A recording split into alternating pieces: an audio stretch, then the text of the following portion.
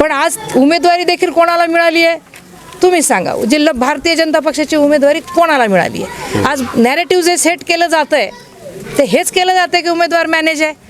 मग मी आज जाहीर सगळ्या गानसर गावामधनं मी चॅलेंज करते की जे माझे आमदार आहेत त्यांनाही इथे उभं करा, मलाही उभे करा आणि दोघांना तुम्ही प्रश्न विचारा. ग्रामविकास कशाला म्हणतात ते मी सांगेन, व्यवहार काय आहेत ते सांगतील. मोठं चॅलेंज करताय ते आमदार बिलकुल बिलकुल मोठं चॅलेंज बिलकुल एवढ्या सगळ्या ग्रामस्थाच्या साक्षीनं सांगते मी. अशी मानणारी मी आणि त्या पद्धतीनं काम करणारी मी आहे. तिकीट देखील आशाताई शिवाजीराव भिसेंना मिळाले, माझ्या नवऱ्याला नाही मिळालेलं तिकीट. पण त्यांच्या बाजूचं तिकीट कोणाला मिळालंय? कोणासाठी हे विद्यमान माजी आमदार तिकडे गेलेत? एका जिल्हा परिषदेच्या तिकिटासाठी? याच्यापेक्षा काय दुर्दैव असावं? तिकिटासाठी. बरं, आता तुम्ही ज्या पक्षातून येत आहे, विधानसभा झाली पाठीमागं, तुमच्या हातातनं गेली विधानसभा. ते विधानसभा जाण्याचं कारण असं होतं की विरोधकांनी जे नेरेटिव्ह सेट झालं होतं की आमदार जे आहे ते स्थानिक लेवलला जात नाहीत, लोकांशी गाठी भेट घेत नाहीत, एकदा निवडणूक झाली की ते मुंबईला जाऊन बसतात. आत्ता ह्या सगळ्या गोष्टीला सामना करावा लागतो आणि त्या गोष्टी कसं टॅकल करताय तुम्ही सध्याला? काय हरकत, म्हणजे अतिशय चांगला मुद्दा तुम्ही काढला, नॅरेटिव्हचा विषय काढला की आमदार इथे राहत नाहीत.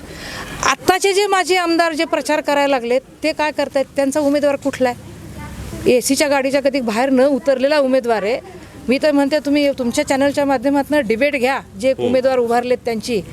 ग्राम विकास कशाला म्हणतात ना, ते उमेदवाराला काही कळतं का हे आपण तुमच्या माध्यमातून लोकांना कळू द्या. माझ्या घरातला उमेदवार आहे, हे घरातलं भावकीचं भांडण नाही, हे विकासाचं राजकारण आहे, हे विचाराचं राजकारण आहे, हे तत्वाचं राजकारण आहे, हे निष्ठेचं राजकारण आहे. आणि ग्राम विकास जिल्हा परिषदेच्या माध्यमातून गावाचा विकासासाठीचं निवडणूक आहे ही. आणि गावाच्या विकासासाठी कुठले कुठले घटक आहेत ह्याची जर यादी जर आम्हाला विचाराल तर मी तोंडपाठ आहे, 25 वर्षापासून मी तेच करते. पण आज उमेदवारी देखील कोणाला मिळाली आहे तुम्ही सांगा. जिल्हा भारतीय जनता पक्षाची उमेदवारी कोणाला मिळाली आहे? आज नॅरेटिव्ह जे सेट केलं जातं आहे ते हेच केलं जातं आहे की उमेदवार मॅनेज आहे. मग मी आज जाहीर सगळ्या गानसर गावामधनं मी चॅलेंज करते की जे माझे आमदार आहेत त्यांनाही इथे उभं करा, मलाही उभे करा आणि दोघांना तुम्ही प्रश्न विचारा. ग्रामविकास कशाला म्हणतात ते मी सांगेन, व्यवहार काय आहेत ते सांगतील. मोठं चॅलेंज करताय ते आमदार बिलकुल बिलकुल मोठं चॅलेंज बिलकुल एवढ्या सगळ्या ग्रामस्थाच्या साक्षीनं सांगते मी. एवढ्या सगळ्यांच्या साक्षीनं मी तुम्हाला सांगते की त्यांनाही उभं करा. त्यांनी 5 वर्षामध्ये काय दिवे लावलेत का नाही लावलेत? कारण आता जिथं गेलेत ते विद्यमान आमदार सांगतात की गोपीनाथ मुंडे साहेबांच्या नंतर या भागाचा विकास कोणी केला असेल तर तो रमेश अप्पांनी केला. आणि हे शेजारी बसून ऐकतात निष्क्रियपणाने. मग त्याचं उत्तर तुम्हीच विचारा ना त्यांना की तुम्ही विकास केला. काल तुमची बाईट मी बघितली, तुमचं जे त्यांची मुलाखत घेतली ती बघितली. मग एवढी जर लांबलचक यादी विकासाची त्यांनी जर मांडली असेल मग स्टेजवर बसून ते का गप्पा ऐकून घेतात हेही तुम्ही विचारलं पाहिजे त्यांना. आश्वासक चेहरा नाही तुमच्याकडे ना? मग कोणाकडे? काँग्रेसकडे आश्वासक चेहरा नाही म्हणून त्यांनी पक्ष बदलला, मान सन्मान मिळत नव्हता म्हणून पक्ष बदलला. मान सन्मान द्यायचा म्हणजे नेमकं काय? असं त्यांचं म्हणणं आहे. मान सन्मान द्यायचा म्हणजे नेमकं काय? चेअरमन केलं म्हणजे मान सन्मान मिळत? 1991 पासून 3 टर्म राहिलेला जिल्हा परिषदेचा माणूस फक्त एकदा पडले होते. त्याच्यानंतर आमदार केलं, 5 वर्ष विधानसभेमध्ये पाठवलं आणि तरी म्हणतात की मला काम करू दिलं जात नाही. काम करण्यासाठी तुम्हाला अडवलं होतं का कोणी? मला कामच करू दिलं नाही. इच्छाशक्ती प्रबळ असेल तर कुठलीही अडचण समोर येत नाही अशी मानणारी मी आणि त्या पद्धतीनं काम करणारी मी आहे. तिकीट देखील आशाताई शिवाजीराव भिसेंना मिळाले, माझ्या नवऱ्याला नाही मिळालेलं तिकीट. पण त्यांच्या बाजूचं तिकीट कोणाला मिळालंय? कोणासाठी हे विद्यमान माजी आमदार तिकडे गेलेत? एका जिल्हा परिषदेच्या तिकिटासाठी? याच्यापेक्षा काय दुर्दैव असावं? तिकिटासाठी पक्ष बदलला असं म्हणणं आहे तुमचं? तिकिटासाठीच पक्ष बदलला, दुर्दैव आहे हे सगळं. त्यांची घराणेशाही.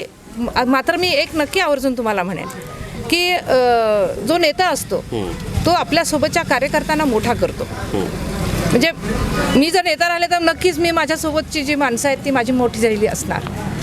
पण जिल्हा म्हणजे विद्यमान म्हणजे माझी 5 वर्ष माझे आमदार राहिलेले आता जरी माझी म्हणत असलो तरी मग त्यांनी एखाद्या कार्यकर्त्याला मोठं करायला पाहिजे होतं ना. जिल्हा परिषदेचं तिकीट देऊन ते घरातच कशासाठी आणलं आणि त्या एका तिकिटासाठी इकडून तिकडे उडी मारली.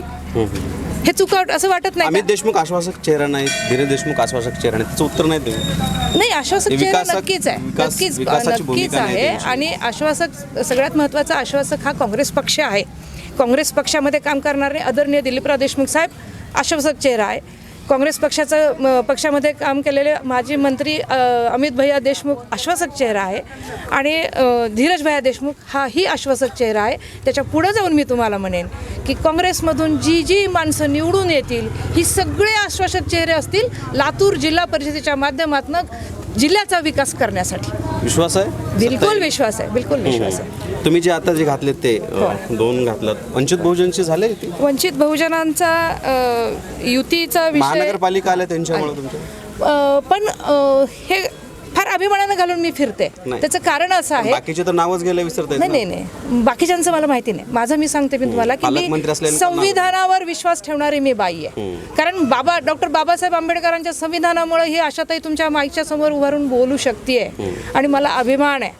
मला संविधानाचा अभिमान आहे. संविधान नसानसात भिनलेलं आहे आणि संविधानाचा विचार घेऊनच मी विकासाला निघालेली आहे. त्याच्यामुळे मी हे फार अभिमानानं फिरते, हे देखील आणि हे देखील. कारण शाहू फुले आंबेडकरांचा विचार घेऊन काम करणारं काँग्रेस आहे. त्याच्यामध्ये कुठल्या एका जाती धर्मासाठी काँग्रेस काम करत नाही. सर्वसमावेशक सर्वांना घेऊन जाणारी काँग्रेस आहे. त्याच्यामुळे हे सगळ्या रंगाचे गमछे माझ्या गळ्यात आहेत. काय विजन ठेवलंय? विजन नक्कीच आहे. कामखेडा सर्कल पुरतं बोलूयात आपण. कामखेडा सर्कल पुरतं जर बोलायचं झालं तर सगळ्यात अगदी हरकत नाही. पण मी तरी सांगेन की पहिला प्रायोरिटीचा प्रश्न हा रस्त्याचा असेल आणि त्याच्यानंतर जे आहे ते इथल्या शाळांच्या जिल्हा परिषदेच्या शाळा ज्या आहेत त्या चांगल्या होणं, मजबूत होणं गरजेचं आहे. आरोग्य जे म्हणजे PSC ज्या आहेत त्याच्यामधलं आरोग्याच्या सेवा ज्या आहेत त्या महत्त्वाच्या आहेत. शेतकऱ्यांसाठीचे विषय असतील, युवकांचे विषय असतील, महिला सक्षमीकरणाचे विषय असतील, महिला सुरक्षिततेचे विषय असतील, हे सगळे विषय म्हणजे ग्रामपंचायत हे मिनी विधानसभा म्हटलं जातं आणि त्याच पद्धतीनं हे कामाचं आमचं विजन राहणार आहे. सर्वांगीण विकास, मग त्याच्यात स्वच्छता आली, आरोग्य आलं, शिक्षण आलं, ह्या सगळ्या गोष्टींचा जो विकासाचा विषय आहेत ते आमच्या माध्यमातून नक्कीच कामखेडा सर्कलमध्ये राबवले जातात. नक्कीच बघितलं संपूर्ण महाराष्ट्रामध्ये ज्या निवडणुका सुरू आहेत त्याचबरोबर महानगरपालिकेची जी काँग्रेसला बूस्ट मिळाली वंचित बहुजन आघाडीमुळं, त्यामुळे कुठंतरी काँग्रेसच्या उमेदवारामध्ये म्हणा किंवा कार्यकर्त्यांमध्ये म्हणा एक नवी चेतना जागृत झाली आणि आज ते प्रचारामध्ये उतरतात. विश्वास आहे लातूर ग्रामीणची जरी सीट गेली असली तर आम्ही पुन्हा एकदा या जिल्हा परिषदेवरती काँग्रेसचा झेंडा फडकावा अशा जी आहे ती अशा विषयांनी केलेली आहे. बघूयात अजून पुढे आणि अशाच पद्धतीनं बघत राहा जनमंतळ. धन्यवाद.